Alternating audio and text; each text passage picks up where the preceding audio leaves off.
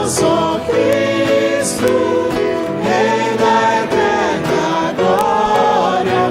Louvor a vós, ó Cristo, Rei da eterna glória. O Senhor esteja convosco. Ele está no meio de nós. Proclamação do Evangelho de Jesus Cristo, segundo João. Glória a vós, Senhor.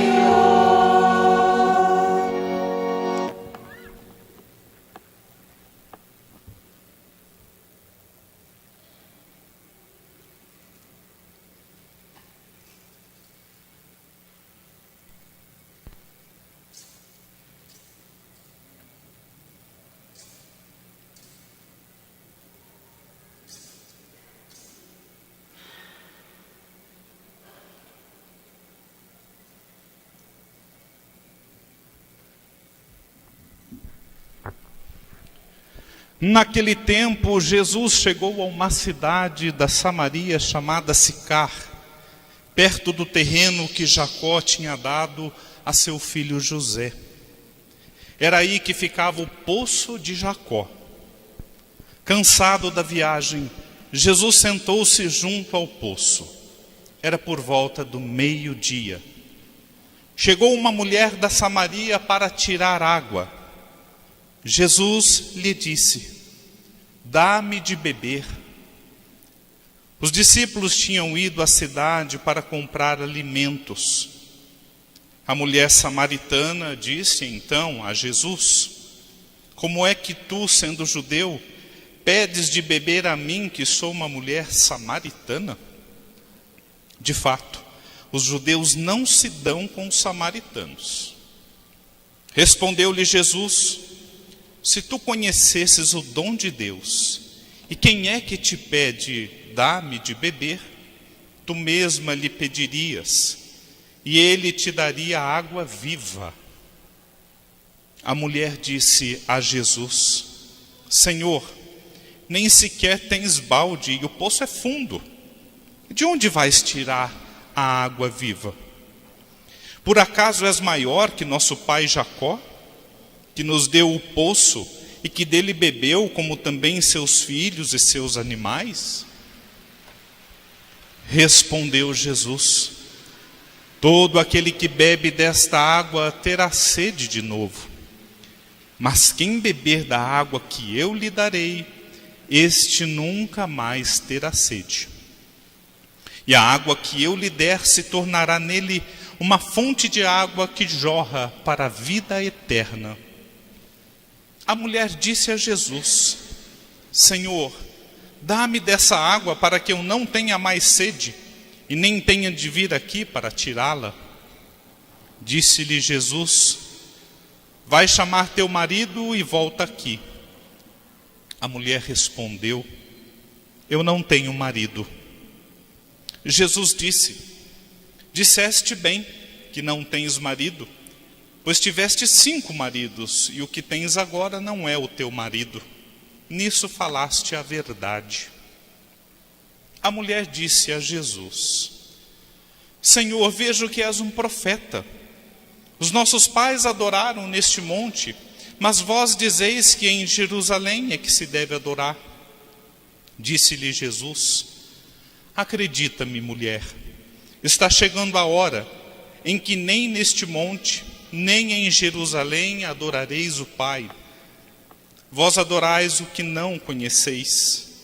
Nós adoramos o que conhecemos, pois a salvação vem dos judeus. Mas está chegando a hora, e é agora, em que os verdadeiros adoradores adorarão o Pai em espírito e verdade. De fato, estes são os adoradores que o Pai procura.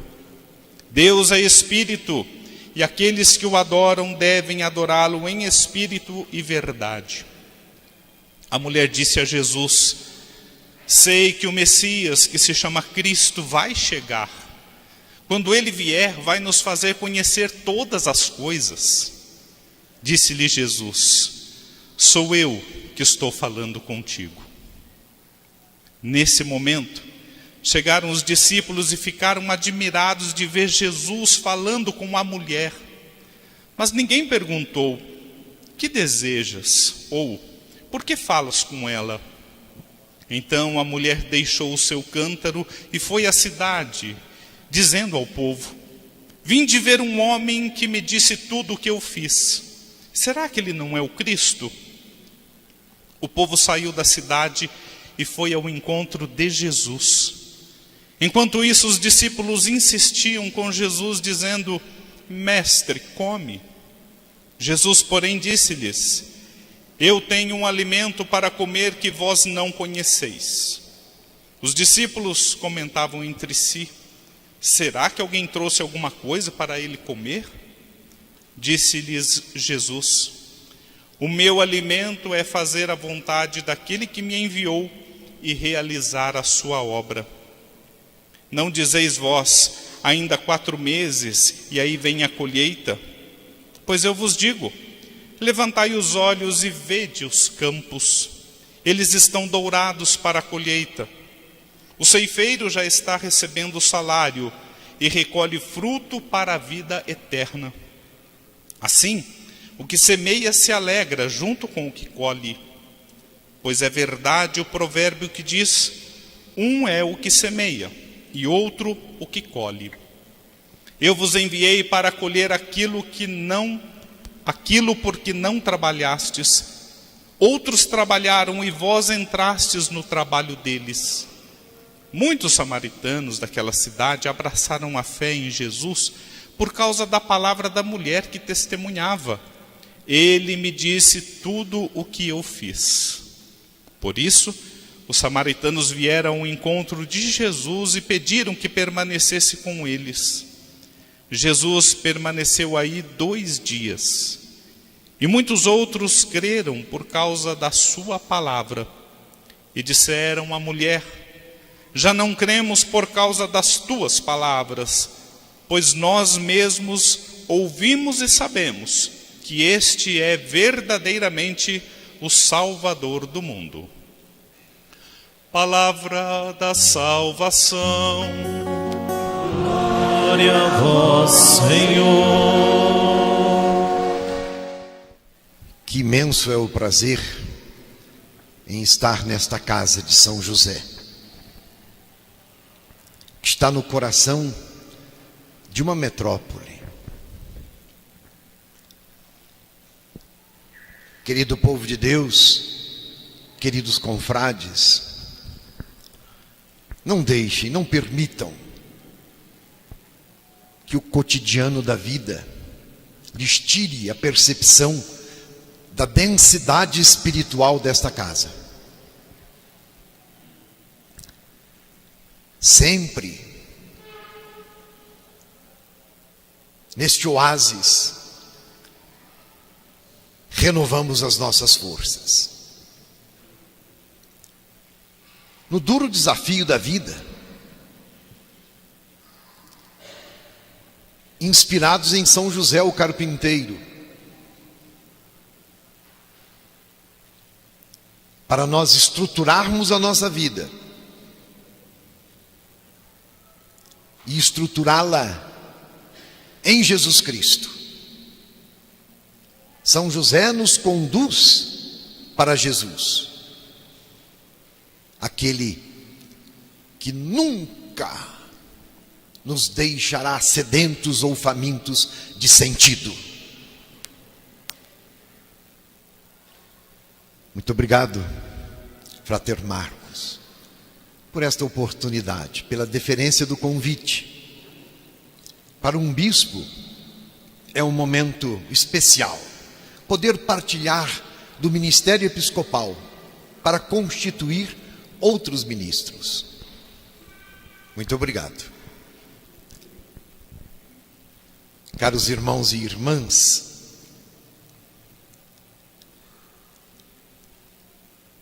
minha saudação a todos, e saúdo de maneira muito particular os familiares presentes, em especial o papai Acácio e a mamãe Ana Maria, e a irmã querida de Marcos Antônio, Marta Maria. Como é bom que vocês estejam aqui com ele. Saúdo também a família redentorista, os confrades todos, na pessoa do superior provincial, Padre Nelson Antônio, e também do reitor desta comunidade que nos acolhe, o Padre Ronaldo, e o Padre Cláudio, reitor do santuário. Sacerdotes presentes, religiosos, religiosas, povo santo de Deus. A vocação do Frater Marcos tem suas bases sólidas na família. Na família e na comunidade local onde foi criado. Como já dito, a paróquia de São Miguel Arcanjo, na cidade de Guaçuí, no Espírito Santo. No núcleo familiar, e eu quero ressaltar isto, ele foi catequizado. Família rezadora. E também acompanhado pelos catequistas Cristina Kashima e Meca. Olha a importância da catequese na igreja. Catequese que o Papa Francisco alçou a dignidade de ministério. Portanto, a família e a comunidade igreja são fundamentais para o nascimento, o desenvolvimento e o amadurecimento da fé cristã, até atingir a maturidade do discipulado, do seguimento de Jesus, como no caso do Frater Marcos, que se apresenta para um ministério específico na igreja. Com o desejo de ser padre, o Frater Marcos foi buscar informações. Como todo menino inquieto. E encontrou no caminho o saudoso irmão Afonso e o padre Mauro de Almeida, então promotores vocacionais. O testemunho de um consagrado é fundamental para uma vocação nascente. Aliás, queridos confrades, todos nós que temos um ministério na igreja, deveríamos deixar a herança de um filho na vocação, para perpetuar o ministério. Queridos confrades, estão pensando em quem vocês deixarão como herança para continuar o trabalho? E como estamos necessitados disso? Que bonito, o irmão Afonso. Que ele colha no céu os frutos do seu serviço, de sua consagração. E tantos outros que ajudaram no trabalho da construção deste jovem que hoje se apresenta diante da igreja. Após a entrada no aspirantado redentorista, lá nos idos de 2009, o período formativo seguiu o seu curso, os estudos, na vivência em comunidade, filosofia, teologia, apostolado, também o noviciado em 2018, até a profissão dos votos de pobreza, obediência e castidade, quando o Frater Marcos se tornou missionário redentorista. Aliás, no dia de ontem, esta caminhada chegou a uma plenitude, quando você foi acolhido por esta família de uma maneira perpétua. Graças a Deus. Então, toda vocação é uma construção de amor.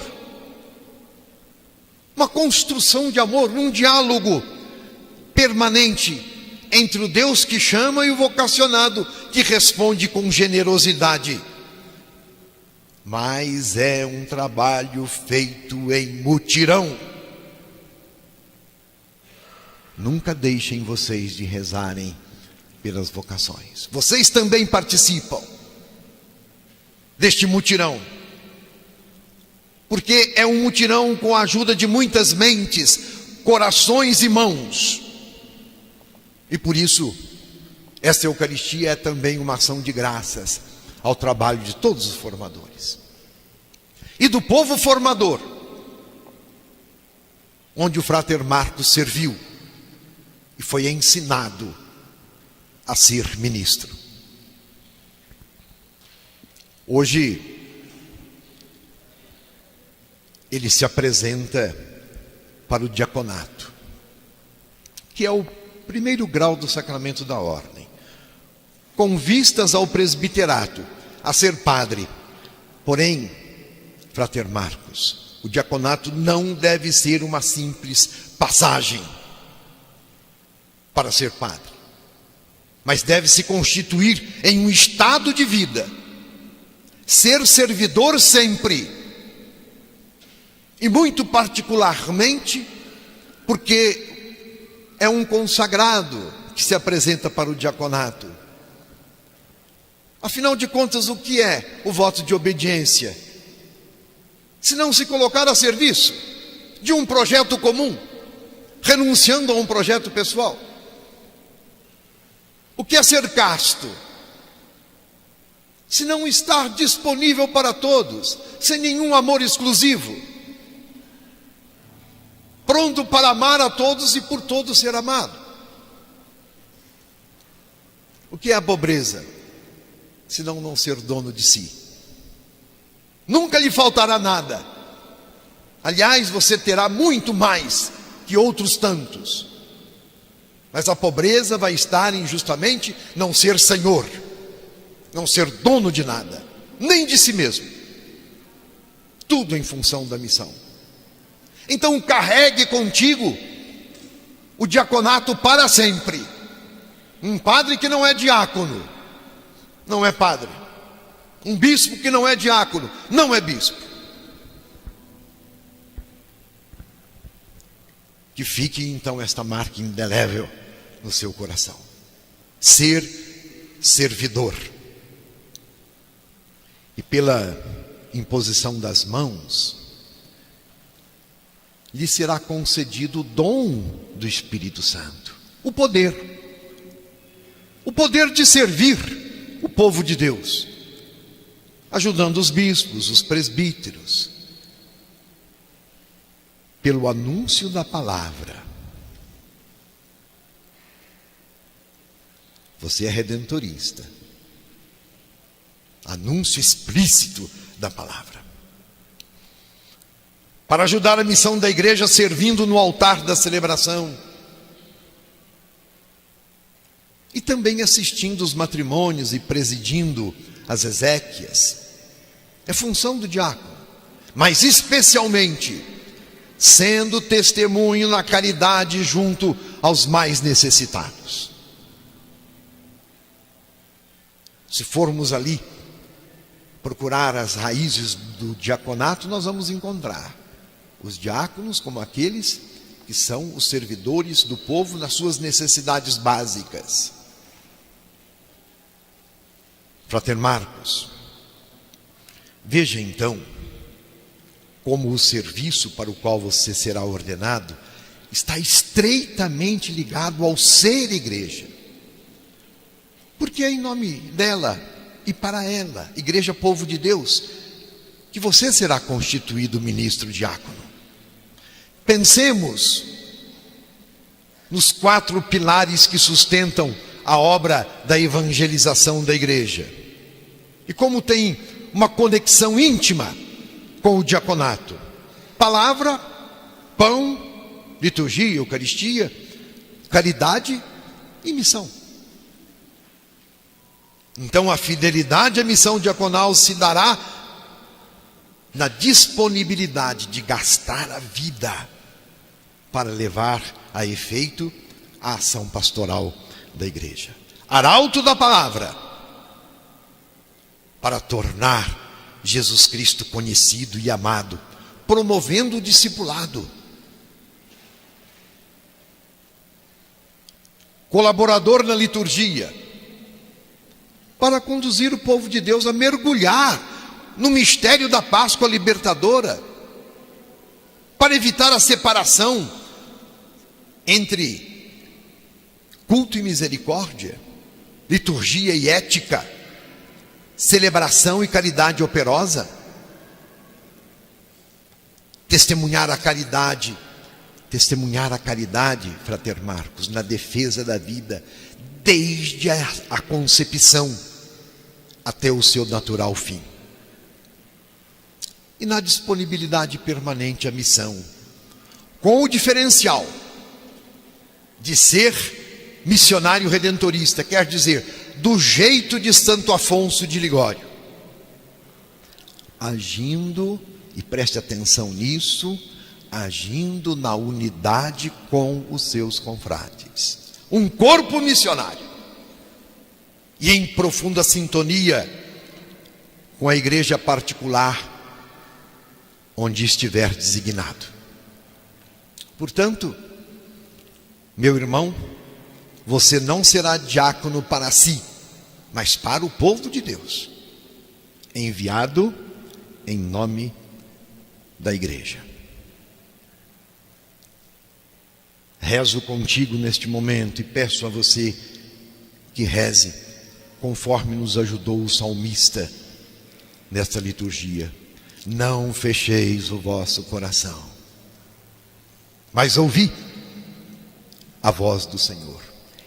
Ele é a fonte de todo o ministério na igreja e a razão de ser do discipulado, de todo discípulo.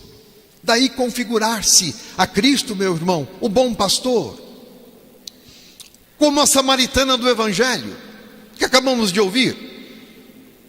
E muita é a sede e a fome do povo, como aquela pobre mulher, mas encontrou no Cristo a água viva que tanto buscava. Disponha-se então como instrumento deste Deus misericordioso que a todos socorre em suas necessidades básicas e lhes oferece a água viva. Você nunca ficará sedento ou faminto se for até a esta fonte sempre, para o seu ministério ser fecundo e frutuoso. Seja sinal de contradição, frater Marcos, seja sinal de contradição no seu ministério a insensatez reinante, ao orgulho, à indiferença, ao instinto de domínio, de grandeza. Testemunhe na contramão da mundanidade, nos ensina o Papa Francisco, os valores de fraternidade, justiça, amor e solidariedade. Eis a especificidade e a grandeza do serviço diaconal. É muito, todo o ministério é muito maior do que nós. Então nunca se esqueça, todos esses mistérios são guardados em vaso de argila, na pobreza da sua pessoa. Mas confie, este Deus que chama e envia, nos mantém. E por fim, nunca deixe à sombra a espiritualidade que indica o espírito da sua consagração, copiosa apudéum redemptio. Junto dele, e só junto dele, será abundante a redenção. E não se esqueça dos destinatários do serviço diaconal, os necessitados, os cabreiros, de todos os tempos e de todos os lugares.